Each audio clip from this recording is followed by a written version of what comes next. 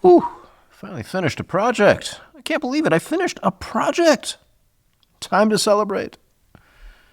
Wait, I got to do that one thing first. Well, what about that other thing? Oh my goodness, there's zillions of things I still need to do. How does anyone do anything?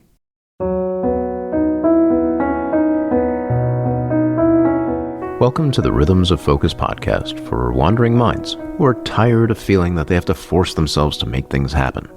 Maybe know that when things line up well, that tendency to wander actually becomes a powerful wave of focus.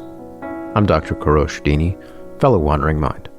It wasn't that long ago that I struggled to make things happen, whether it was to remember when to pay a bill, do things over time, or look at a list without feeling repulsed. Fast forward through years of study and practice, I can now not only deal with the world, I can be creative, playful, and engage in the ways that make sense to me. I can be a doctor, musician, father, still play games in the evenings. I've created this podcast to share these ideas so you can do the same, hopefully with a lot less of the troubles I needed to go through to get here. Whether you have ADHD, deal with anxiety, or just suffer from a powerfully creative spirit, I invite you to join me in this weekly podcast to start finding your own way to a calmer, more intuitive space. Please note, I'm not functioning as your doctor, psychiatrist, psychoanalyst, therapist, or otherwise. This is here for education, if not entertainment, and I do hope you enjoy it.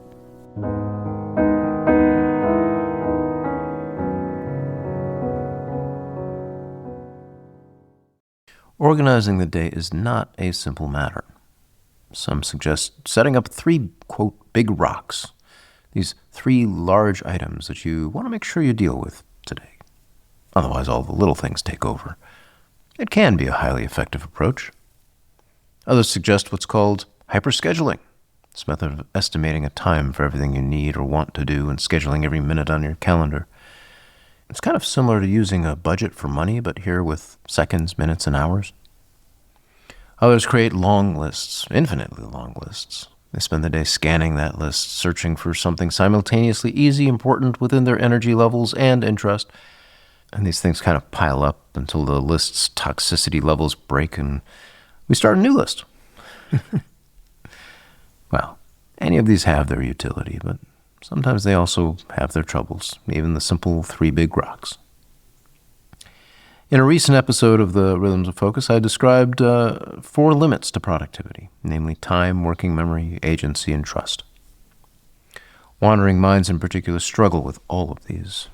So-called time blindness, a constriction of working memory, an exhaustion of an injury to agency in which we say, I don't wanna, and a lack of trust between the past, present, and future selves, such that sending messages between them is rife with strife.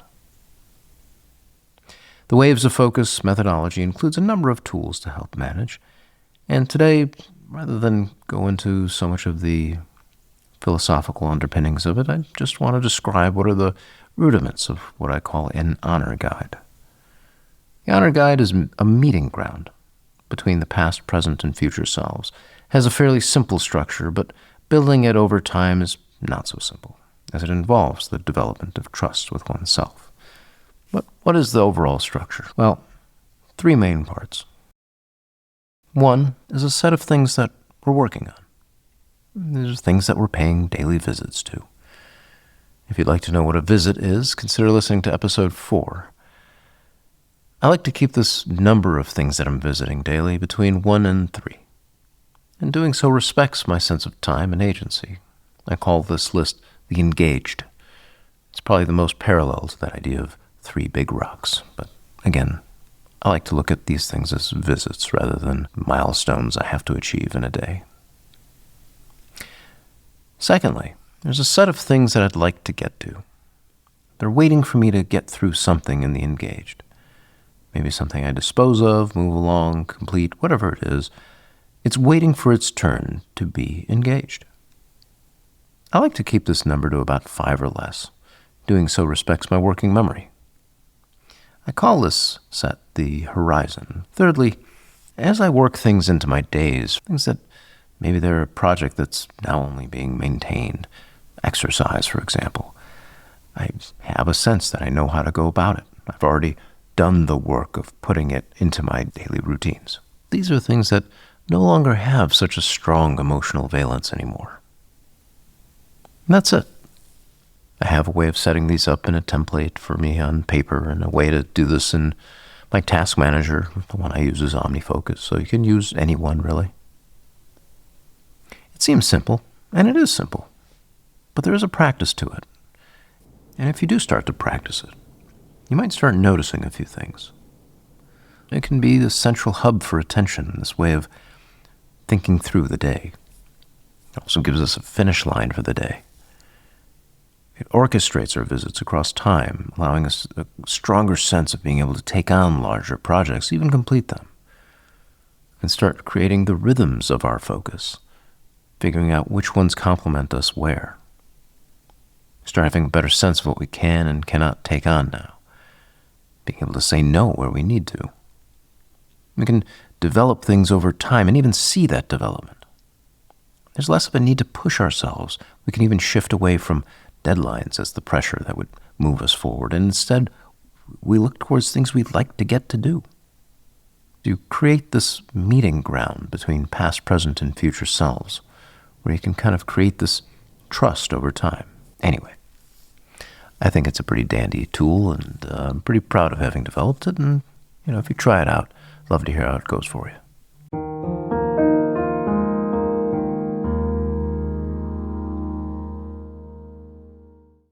There are often tough times in life. I don't think anyone, race, religion, money, whatever, is spared of some degree of suffering somewhere in their lives. One of those, let's call it extended moments in my own life, I'd written the following piece, originating some decades ago. But as with all of these pieces, they evolve in time. I remember the struggle, but the stories of our past can shift and shape over time. We can affect our perspectives, our perceptions of the past. I don't mean we have some direct conscious way of rewriting the past, but something does seem to happen whenever it is that we observe it. And music to me is something of a journaling, I suppose. The following piece is called Spoken Speaking Spirit, and I hope you enjoy it.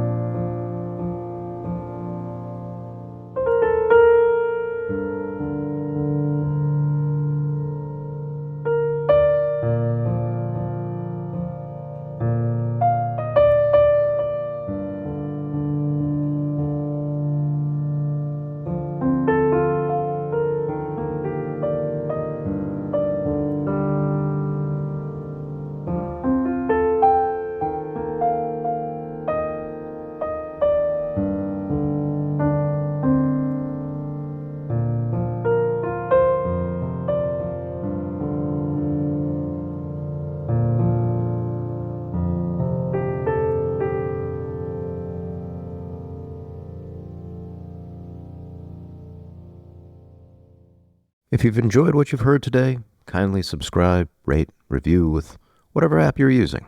If you're on the Apples, press the Apple buttons. If you're on the Spotifys, press the spots.